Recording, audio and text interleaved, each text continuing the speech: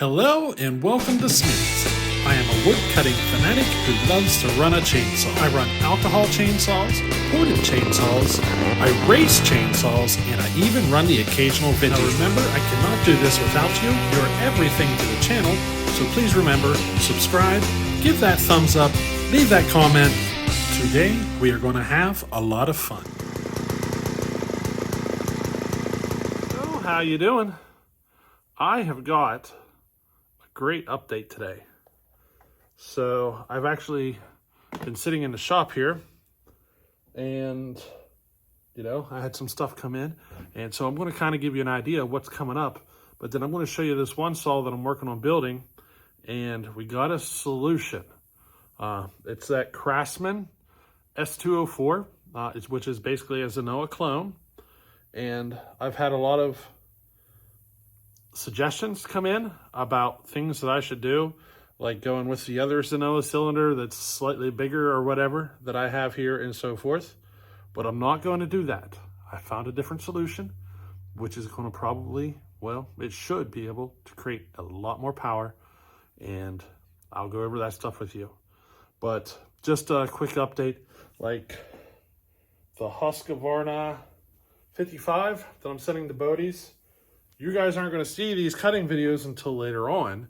And right now, I'm towards the finishing stages of it, and we're going to line it up against my 50 with the Partner 5000 top end. Same bar and chain. And we're going to see the difference between them, and I'm going to tell you, I can't give it away, but it's pretty cool. We're going to line them up. And I'm basically going to do a whole video basically discussing the differences between the two saws and all that sort of stuff, and kind of give you an idea of, the kind of difficulties that might be involved in building it. Also, the 385, I had some parts come in for it, so it is pretty much 100% done. All the bolts that were busted and so forth, I got all that stuff taken care of. I got the felling dogs on it, and I'm actually going to make a test run with it this weekend. We got a square hand-filed chain on it. There's a gentleman out there who sent me this chain a while ago. It's a 24-inch square hand file. I've only ever made like a handful of cuts off of this chain. And we're going to throw it on that saw and put it into some oak and see how that chain performs with that saw. So, we got some cool stuff coming. You know what I mean? So to get on with it, the Craftsman S204, we found a solution to be able to machine a cylinder to whatever specs we want. So if you have access to the lathe and machining and stuff, this is your solution to be able to machine it to whatever specs you want. And I think you guys might be interested in this. Alrighty. Now, I should remind you that I believe Bodie started down this road a while back. I don't know.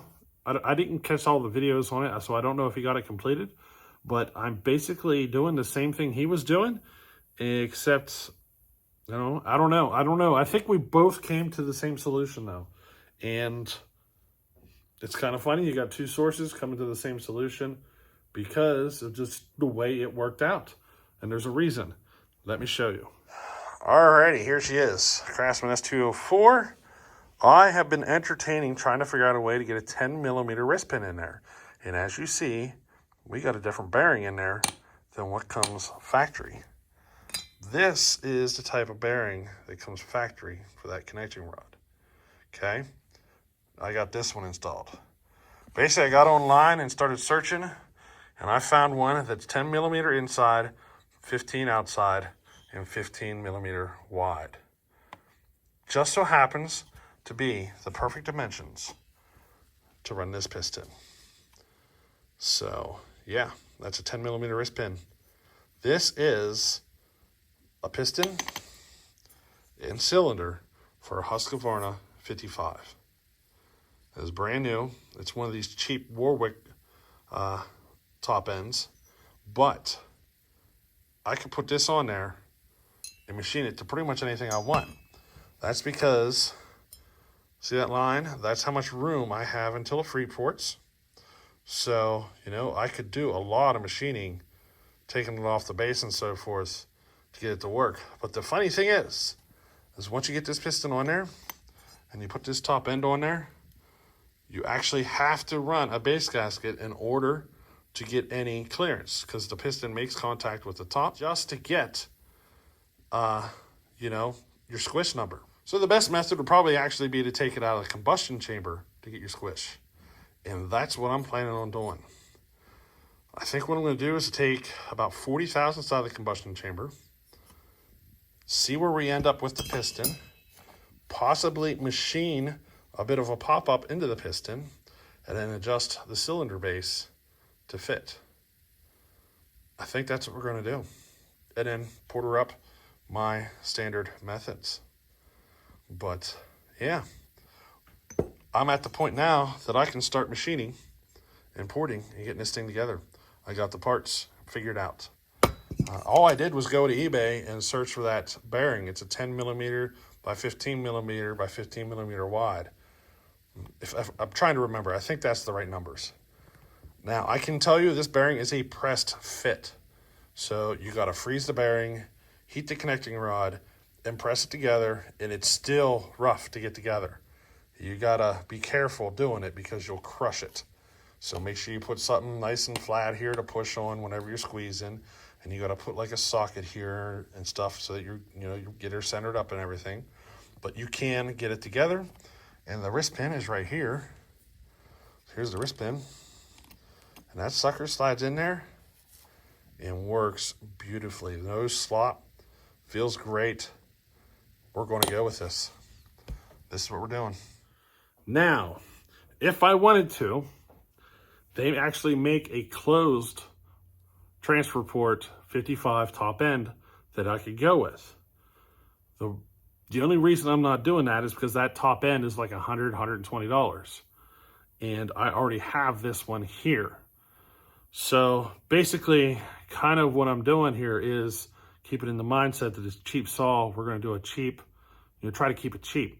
Because if I would go with that other cylinder, we would already put the saw's price to about the $350 range, just getting that top end, plus the saw and everything.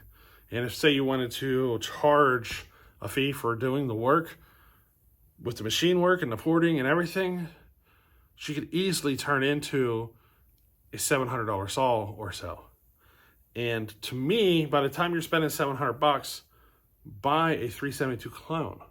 You're going to have a saw that's a lot bigger, So if you do this method, I would probably do with this top end, because then you're all in at about $300. So, you know what I mean? It's an option, but you have to be able to machine or just, make a custom base gasket that's pretty thick. It would have to be pretty thick. You could even just machine a pop-up into the piston and possibly get your squish number just by machining a pop-up in the piston. Very possible. I might even do that just to see what happens. Because if I do like a 30 or 40 thousandth pop-up, there's a chance my squish number ends up working out just with that, and I wouldn't have to do any other modifications. So we'll see how this progresses once I get into machining. I think I will start with the piston and see how much clearance I have once I get that done. But I do believe I'm going to be able to machine pretty much anything I want in this build. Now, there's one thing you want to note. This is probably the most important part of all of this.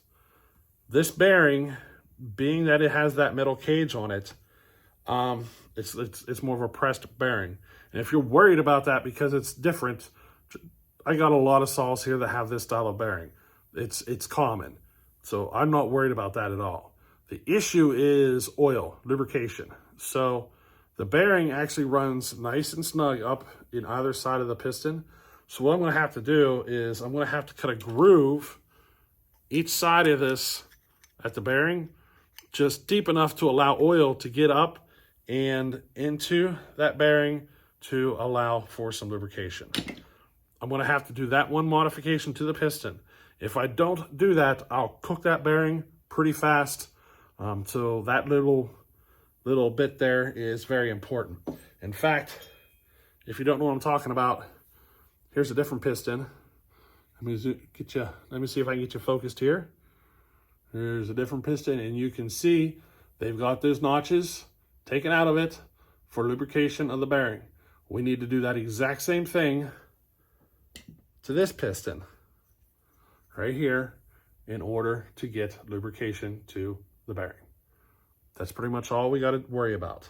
So yeah, we are one step closer. We got the parts. I'm ready to machine, but I'll give you the details as we go and what I figure out. I'm going to start doing some machine work, and yeah, I thought you guys would enjoy this update because the S204 is ready. We got the parts and we're ready to go. I am going to port it. I'm going to machine it, but I don't plan on doing any major carburetor mods and stuff like that. So I don't want to go extreme build. I want to go for a firewood build. So you know what I mean? We're not going to go extreme with it. We're just going to go for a really good, strong firewood saw. I could probably get extreme with this though. The stuff that I'm figuring out, I could actually get this saw probably pretty extreme. I'd have to get a closed port cylinder, and I don't want to spend that money on this project because, you know, what it would be. I'd be $350 plus, somewhere between $350 to $400 just in parts and the purchase of the saw, just to be able to put a closed port cylinder on it and all that stuff. And I'm not going to go that route. So we're going to run this one, and we're going to see how it does. At least we'll know how this open port cylinder works or runs or performs or whatever, you know, in the end. I think it'll perform much better. So yeah, it'll be interesting to see. But anyway, hey, I hope you enjoyed this one, and we'll catch you on the next one. Later.